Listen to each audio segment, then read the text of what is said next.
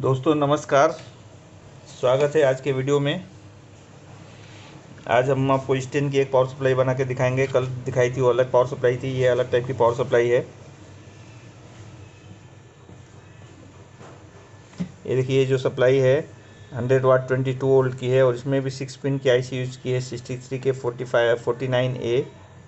तो इस power supply के बारे में देखेंगे। ये सर्किट लगभग एक ही टाइप का होता है, आउटपुट वगैरह अलग अलग रहते हैं। इसमें देखिए 22 वोल्टेज का आउटपुट है और सेकेंडरी में दो कनेक्टर लगे हैं, एक सप्लाई के लिए जो ये मेन सप्लाई के लिए मदरबोर्ड के लिए निकाला है और दूसरा ये फ़ैन का। लेकिन सप्लाई दोनों एक ही है। 22 के ऊपर से खाली कनेक्शन उसके ऊपर से कर दिया है और इसमें जो 431 लगा है वो ट्रांजिस्टर टाइप लगा है। ये देखिए इसमें SMD ने लगा के ट्रांजिस्टर टाइप लगाया है। ऑटो कपलर वैसे ही 817 है और बाकी आप देखेंगे इसमें ब्रिज डायोड ये है, ये नया डाला हुआ है किसी ने, यहाँ पे रेजिस्टेंस निकला हुआ है और मॉसफेट वगैरह भी निकाला नहीं, किसी ने सोल्डर किया है, ज़रूर फ्यूज को डायरेक्ट किया है। तो ये सब निकाल के हम फिर से इसको चेक करेंगे। ड्राइव होके आने के बाद में फिर मॉसफेट डालेंगे, फ्यूज वगैरह हम ओरिजिनल डाल के इसको चालू करते हैं और देखते हैं फिर ये पावर सप्लाई बना करके हम आज।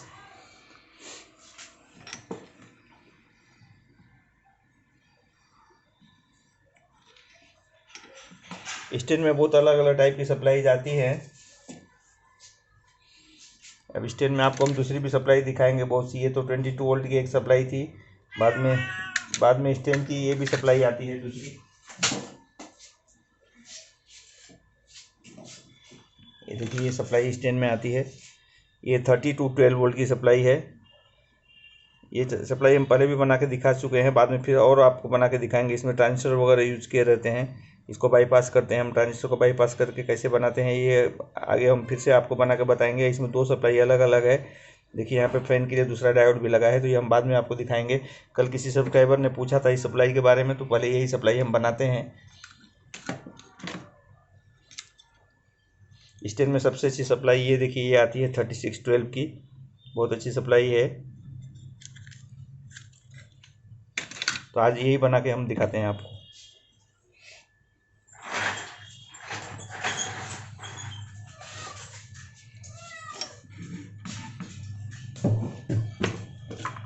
सबसे पहले हम ये फ्यूजेज वगैरह जो शॉर्ट किए हैं इसको निकाल देंगे और इसकी जगह पे फ्यूज डाल देंगे।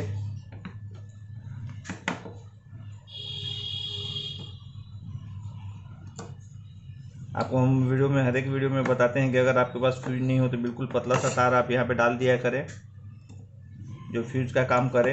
अगर शॉर्टिंग कुछ होती है तो ओपन होना चाहिए, लेकिन बहुत मोटी मोटी तार लोग डाल देते हैं, जिससे क्या होता है सप्लाई जब डैमेज होती है तो ब्लैक पड़ जाती है, पूरी काली पड़ जाती है, बनाने जैसी नहीं रहती है। इस बात का आप ध्यान दें। और ये जो तार आप मारते हैं पीछे से, वो बैक साइड से नहीं मार के फ्यूज के ऊपर मारा करें, तो ऊपर का ऊपर वो पीसी भी ख़राब नहीं होती है, काली नहीं होती है। इसके मॉसफेट को हम बाहर निकाल देंगे। मॉसफेट सोल्डर किया हुआ है, देखिए 2 पिन इसका शॉर्ट दिख रहा है, यहाँ पे शॉर्ट है, सोल्डर से शॉर्ट किया हुआ है। अभी हमने इसको चेक नहीं किया है मॉसफेट शॉर्ट है या नहीं, पता नहीं, लेकिन जब रेजिस्टेंस वगैरह निकाले हैं जले हुए तो ज़रूर मॉसफेट ख़राब ही होना चाहिए। इसका निकाल के देख लेते हैं, पता चल जाएगा।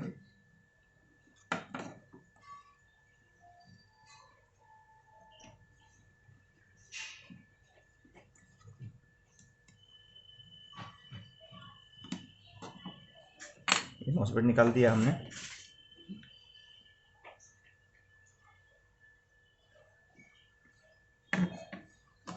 इसके होल को भी क्लियर कर लेते हैं।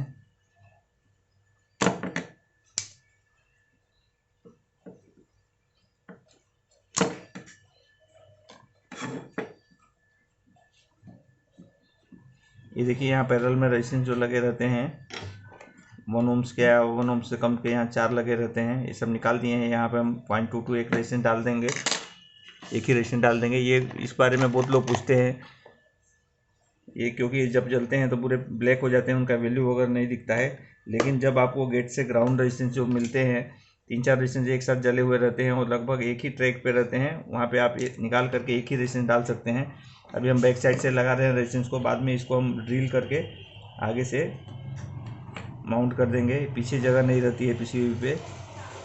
फिलहाल हम इसको यहाँ से लगा के देखिए, यहाँ पे सोल्डर करके इस तरह से इसको बेंड करके रखेंगे। जब हमें सप्लाई ओके हो जाएगी तो इसको हम बाद में ड्रिल करके लगा देंगे। अब एक बार मॉसफेट को चेक कर लेते हैं।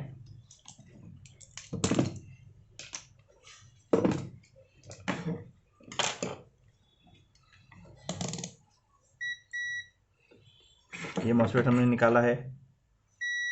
ये देखिए मॉसफेट टोटल शॉर्ट है, सब तरफ से शॉर्ट दिखा रहा है। इसका नंबर है 5N65। ये कम वाटेज की सप्लाई है, 100 वाट की। इसमें 5N यूज़ किया हुआ है, लेकिन हम इसमें भी 8N ही डालेंगे।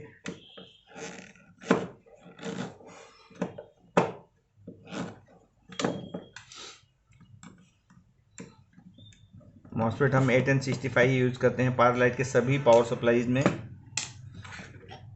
अगर आपके पास RPO वगैरह या ज़्यादा वाटेज की सप्लाई आती है तो उसमें 12N वगैरह डालना ज़रूरी होता है। जो भी रहता है वही हम सेम डालते हैं, लेकिन पावर लाइट्स के सप्लाई में 8N65 एनफ है, क्योंकि 8 एम्पियर के ऊपर कोई भी सप्लाई नहीं है। वैसे तो शार्पी में भी 6 एम्पियर के आसपास रहता है आउटपुट 36 का, लेकिन उसमें मोटर्स वगैरह रहती है, लोड थोड़ा ज़्यादा रहता है, इसलिए हम प्रॉपर नंबर डालते हैं, क्योंकि ये नंबर उड़ने का डर रहता है। ये मॉसफेट ख़राब है, इसे निकाल दिया हमने।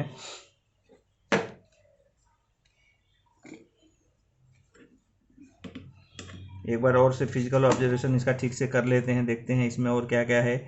और SMDs में IC के आसपास में कुछ देख लेते हैं। जैसे यहाँ पे देखिए सोर्स के लिए जो यूज़ किया है, इसके 6 नंबर पिन से, और 220 का रेजिस्टेंस है। 220 मीन्स 22 ओम्स। ये 10 ओम्स दिखा रहा है। 22 ओम्स का रेजिस्टेंस 10 ओम्स दिखा रहा है। इसके अक्रॉस में एक डायोड लगा हुआ है। डायोड जरूर ख़राब होगा, तभी ये रेजिस्टेंस का वैल्यू कम दिखाएगा। तो हमें डायोड को ओपन करके निकाल के देख लेते हैं।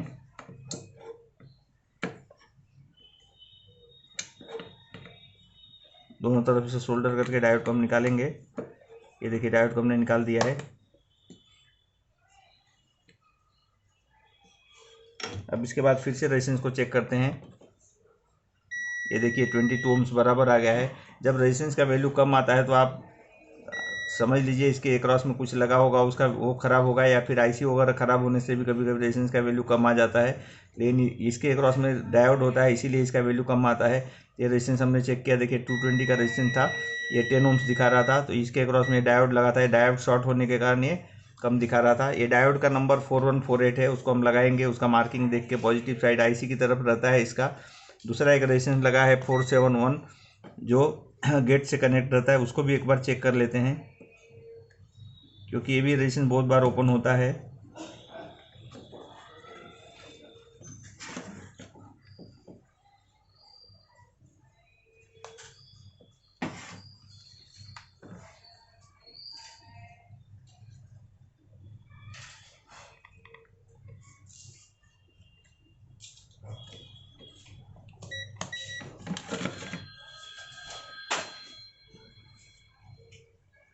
ये 00 दिखा रहा है 471।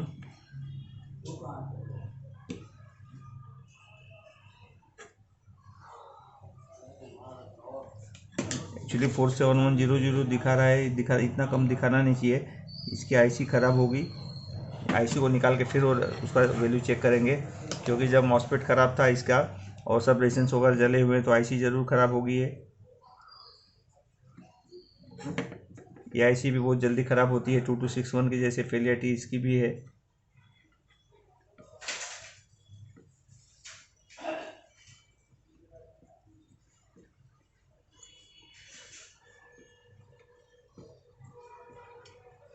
IC को हम हीट देकर दोनों तरफ से IC को निकाल लेते हैं पहले। ये PCB बहुत कमज़ोर रहती है। जब हम IC को गर्म करते हैं ज़्यादा, तो ये PCB बहुत बार मैंने देखा कि ऊपर आ जाती है गर्म होके, तो उसको हमको दबाना पड़ता है, बाद में प्रेस करके उसको नीचे दबा करना पड़ता है, नहीं तो IC बैठ नहीं पाती है बराबर। देखिए ऐसे प्रेस कर लें इसको, तो लेवल में आ जाती है PCB। ये हीट होके ऊपर आ जाती है। गर्म करते हैं जब IC निकालने के लिए, और गर्म नहीं करे तो ये IC निकलती नहीं है, काफ़ी हीट देना पड़ता है इसको। अब हम रेजिस्टेंस को फिर से एक बार चेक करते हैं, 471 को।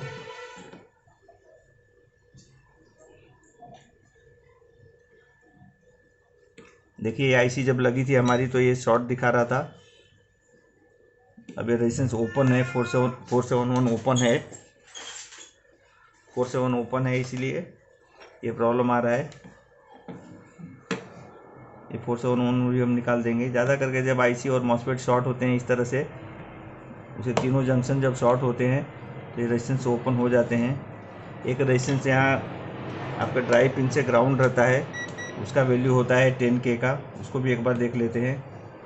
ये 9.9 चीज़ दिखा रहा है, ये सही है, ये ओपन नहीं हुआ है। और हम एक बार ऑटो कपलर को भी चेक कर सकते हैं डायोड के रेंज में जा कर के। इसको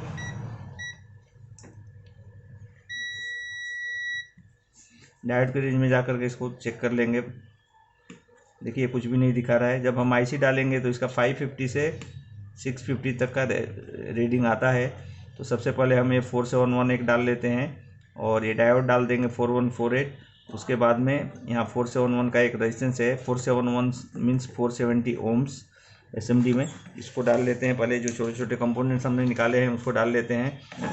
उसके बाद फिर आगे आईसी का डाल के चेक करेंगे इसको।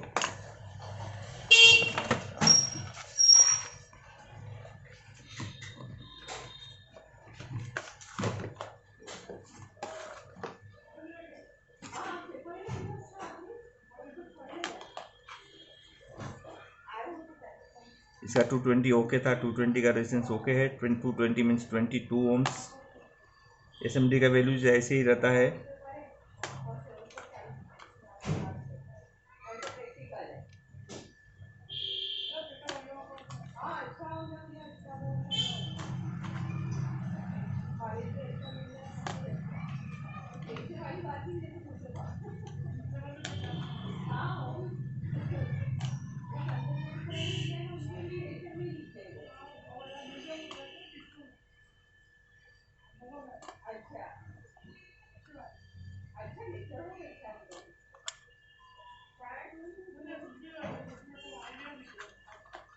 फोर 470 की जगह पे आप 471 की जगह पे 470 न डालें। 470 47 ओम्स होता है और 471 470 ओम्स होता है। 10 गुना वैल्यू का फ़र्क रहता है।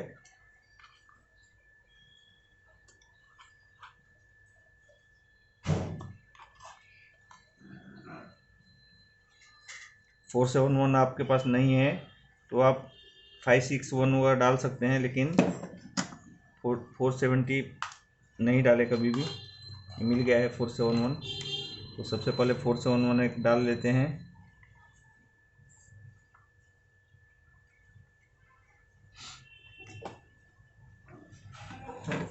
ये रेजिस्टेंस का बहुत ही महत्व होता है। अगर आप इसको चेक नहीं करते हैं, डालते नहीं हैं, और अगर मॉसफेट आप डाल देते हैं तो आपका मॉसफेट ब्लो हो जाता है।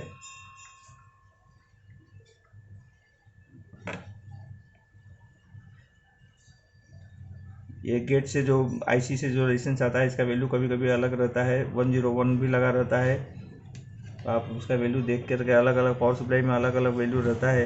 इसमें 471 यूज किया है और बाइसिंग के लिए 104 ग्राउंड किया है। एक ज़्यादा रेजिस्टेंस वैसे होते नहीं आसपास में, कंपोनेंट्स 5-6 कंपोनेंट्स ही होते हैं इसके आसपास में।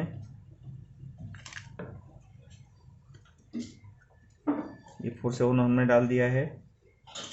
अब एक 4148 डायोड डालते हैं। अगर आपके पास 4148 नहीं रहता है एसएमडी में तो आप पिन टाइप भी डाल सकते हैं। या नहीं है आपके पास डायोड तो ये डायोड निकाल के आप चालू करके देख सकते हैं, कोई प्रॉब्लम नहीं आता है उससे।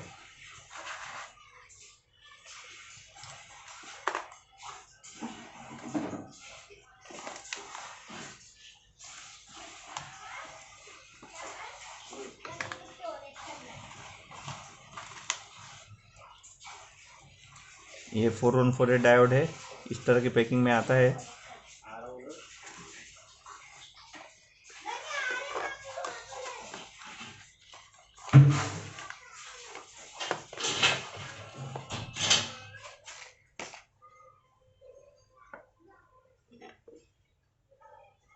ये डायोड का marking side positive side, cathode side IC की तरफ जाता है। यहाँ दिया होता है मार्किंग, उसी तरह से आप इसको लगाएं, उल्टा ना लगाएं।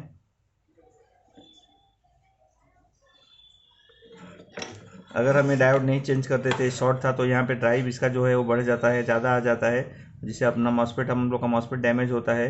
तो इसको चेक करना ज़रूरी रहता है। एक तो ओपन होता है रेजिस्टेंस या फिर डायोड शॉर्ट हो जाता है।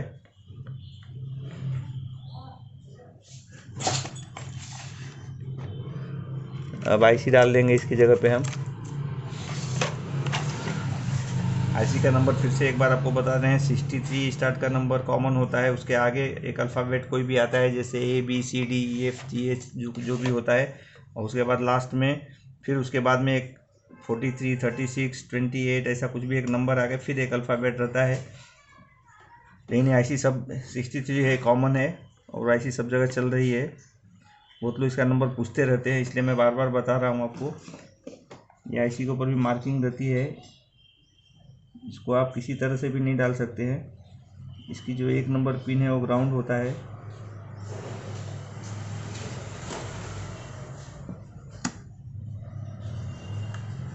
और इसमें देखिए 1 नंबर पिन यहाँ ग्राउंड है, तो हम उस तरह से मार्किंग को घुमा लेते हैं। ये आईसी को बहुत केयरफुली सोल्डर करना होता है। इसके पिन बहुत क्लोज रहते हैं, पास पास में रहते हैं।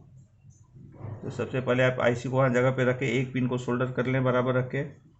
उसके बाद बाकी पिन मैच करके आप आराम से सोल्डर कर सकते हैं।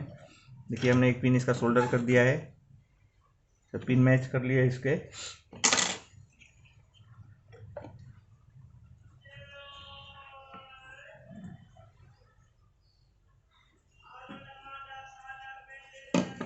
अब 1 बाई 1 करके इसकी पिन सोल्डर कर लेते हैं।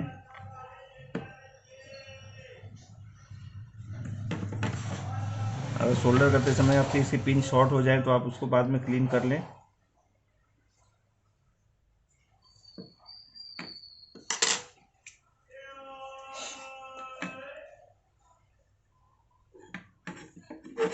देखिए इस तरफ का पिन मेरा शॉर्ट हो गया है, तो इसको हम क्लियर कर रहे हैं। आईसी को ज़रा दबा देते हैं, तो पीसीबी गर्म होकर फुल जाती है, इसलिए कभी कभी क्या होता है डिस्टेंस बढ़ आ जाता है।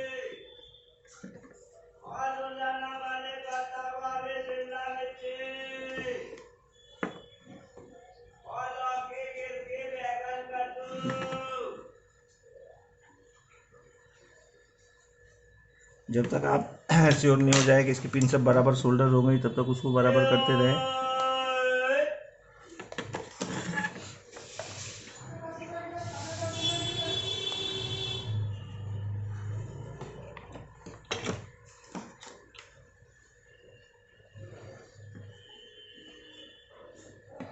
अब आईसी बराबर सोल्डर हो गई है।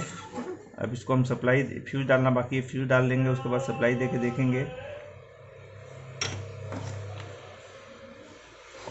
अगर आपको कुछ डाउट आए कि आईसी की पिन अगर कोई शॉर्ट हो रही है, तो आप मीटर से चेक कर सकते हैं कंटिन्यूटी की रेंज में।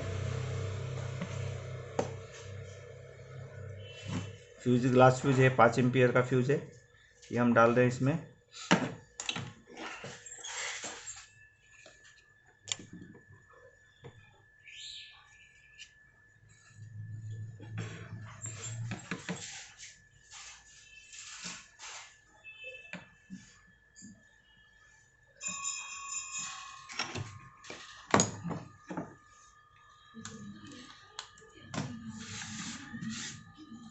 फ्यूज डाल दिया हमने। देखिए इसमें क्या क्या प्रॉब्लम था। फ्यूज था और ये रेजिस्टेंस नहीं था, यहाँ पे निकाला हुआ था।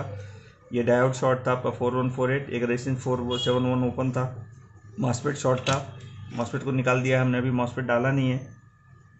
जब तक इसका ड्राइव प्रॉपर नहीं आएगा तब तक हम मॉसफेट नहीं डालेंगे। अब इसको हम एसी में जोड़ के देखते हैं हमारा ड्राइव आ रहा है नहीं आ रहा है। जब हम सप्लाई देते हैं सप्लाईज को, तो सबसे पहले जो हम सप्लाई चेक करते हैं, तो वो सप्लाई जब बल्ब हमारा नहीं जलता है, अगर कोई शॉर्टिंग नहीं दिखा रहा है, चालू होकर बंद हो जा रहा है, इसका मतलब है कि कोई शॉर्टिंग नहीं है। तब हम सबसे पहले इसके मेन कंडेंसर फिल्टर कंडेंसर पे 300 वोल्टेज के आसपास का वोल्टेज चेक करते हैं। वो आ जाता है तो फिर हम 20 की रेंज में इसके ड्राइव को चेक करते हैं। यही मेथड से हम जाते हैं आगे। तो आपको सबसे पहले 600 के रेंज में हम सप्लाई देखेंगे मेन फिल्टर पे। चलिए इसको प्लग इन करते हैं। बल्ब नहीं जल रहा है, इसका मतलब शॉर्टिंग नहीं है। ये कंडेंसर के ऊपर हम वोल्टेज चेक कर लेते हैं। देखिए ये वोल्टेज आ रहा है 306 वोल्ट आ रहा है यहाँ पे। अब हम इसको 20 की रेंज में जाकर ड्राइव चेक करेंगे इसके सोर्स पिन के ऊपर। इसका सोर्स पिन कौन सा है, जो हमने डायोड डाला है रेजिस्टेंस के बाद में, वही सोर्स पिन है। ड्राइव चेक देखिए, ड्राइव इसका कैसे दिखा रहा है। ये प्रॉपर ड्राइव है। देखिए इस तरह से ड्राइव है वो फ्लक्चुएट होते रहता है इसका। ये ड्राइव अगर आ जाता है तो आप सोच लीजिए कि ये प्रॉपर ड्राइव है। इसको आप मॉसफेट अब डाल सकते हैं, कोई ज़्यादा नहीं है, कम नहीं है। ये देखिए फिर हमने इस कंडेंसर को एक बल्ब डिस्चार्ज कर लिया। ऐसे बल्ब में 2 वायर लगा के रखा है, बहुत ज़रूरी होता है, क्योंकि ये कंडेंसर जब सर्किट अपना हमारा पूरा नहीं होता है तो ये अनकम्प्लीट रहता है सर्किट, तो ये चार्ज रहता है। इस कंडीशन में आपको शॉक लगने का डर रहेगा या शॉर्टिंग, आपके हाथ से कहीं सप्लाई इधर उधर हो जाती है तो आईसी में चली जाती है तो आपकी आईसी डैमेज हो जाती है। अब हम मॉसफेट को फिट कर लेते हैं। मॉसफेट को फिट करने के लिए आप हीटसिंक पेस्ट का यूज़ ज़रूर करें। थोड़ा सा हीटसिंक पेस्ट मॉसफेट पर लगा दिया करें। ये हीटसिंक पेस्ट अच्छे कंपनी का यूज़ करें आप।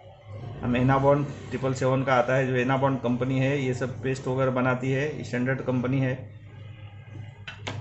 उसका हीटसिंक पेस्ट यूज करते हैं। इसको हीटसिंक कंपाउंड भी बोलते हैं। सबसे बड़ा प्रॉब्लम होता है मार्केट में हम कोई पार्ट्स सामान कोई भी मांगते हैं तो उसका प्रॉपर नाम हमें आना ज़रूरी होता है।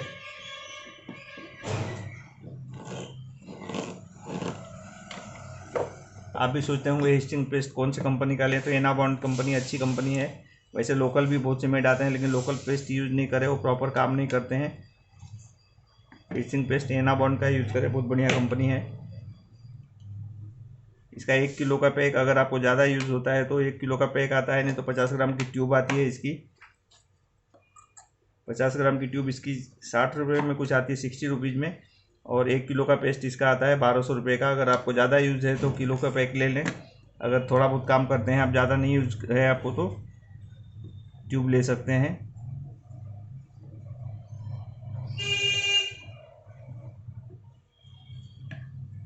पावर लाइट्स में हीटसिंक पेस्ट का बहुत यूज होता है। हम सप्लाई वगैरह बनाते हैं उसमें तो बहुत कम लगता है, लेकिन जब प्लेट वगैरह जो रहती है उसमें हीटसिंक, जो बड़ा हीटसिंक लगता है, उसके लिए पेस्ट की बहुत ज़्यादा ज़रूरत होती है।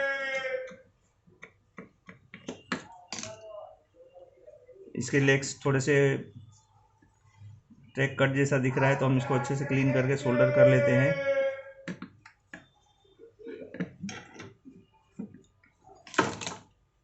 अब इसका लेग जो बड़ा है इसको हम कट कर लेते हैं।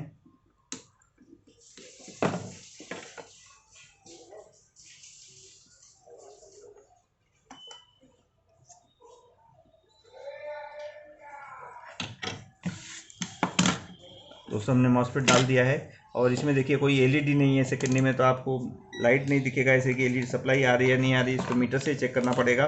तो हमने वही 600 का रेंज रखा है, और उसको प्लग इन करके हम सप्लाई चेक करेंगे। इसको हमने प्लग इन कर दिया है और सप्लाई चेक कर रहे हैं। ये देखिए 21 वोल्ट दिखा रहा है, ये 21 की सप्लाई है, 22 की सप्लाई है, 21 वोल्ट हमारा आ गया है। ये हमारी पावर सप्लाई ओके हो गई है। तो देखिए इसमें क्या क्या, और इसमें प्रीसेट वगैरह नहीं यूज है, इसमें सप्लाई हम वेरी नहीं कर सकते हैं। लेकिन अगर आपको ये सप्लाई वेरिएशन चाहिए तो देखिए यहाँ पे रेजिस्टेंस वगैरह ब्लैंक रखे हैं, आप यहाँ एक प्रीसेट डाल के रेजिस्टेंस डाल के आपको वेरिएशन इसमें ला सकते हैं। आप बहुत कुछ ब्लैंक है इसमें। अगर आप सेकंड सप्लाई भी अगर आपको चाहिए फ़ैन के लिए, तो फ़ैन की सप्लाई भी इसमें SMPS में अगर वाइंडिंग है तो कर सकते हैं। नहीं, इसमें वाइंडिंग नहीं है, फ़ैन की सप्लाई नहीं बना सकते हैं। लेकिन वेरिएशन अगर सप्लाई आपको कम ज़्यादा करना है तो प्रीसेट और यहाँ 2 रेजिस्टेंस डाल करके आप इसको वेरिएशन इसमें ला सकते हैं। तो ये सप्लाई हमारी बहुत जल्दी बन गई। तो आज की वीडियो में इतना ही है। अगले वीडियो में हम और कुछ आपको बताएंगे। मेरे चैनल को सब्सक्राइब कीजिए, पसंद आए तो लाइक कीजिए, और रोज़ जुड़िए देखने के लिए। 25 तारीख से लाइव 8 बजे फिर से रहेगा। 25 तारीख तक थोड़ा सा व्यस्तता चल रही है, इसलिए हम आपसे जुड़ नहीं पा रहे हैं।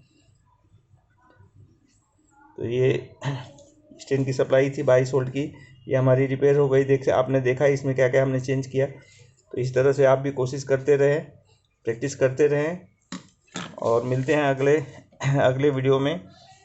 धन्यवाद।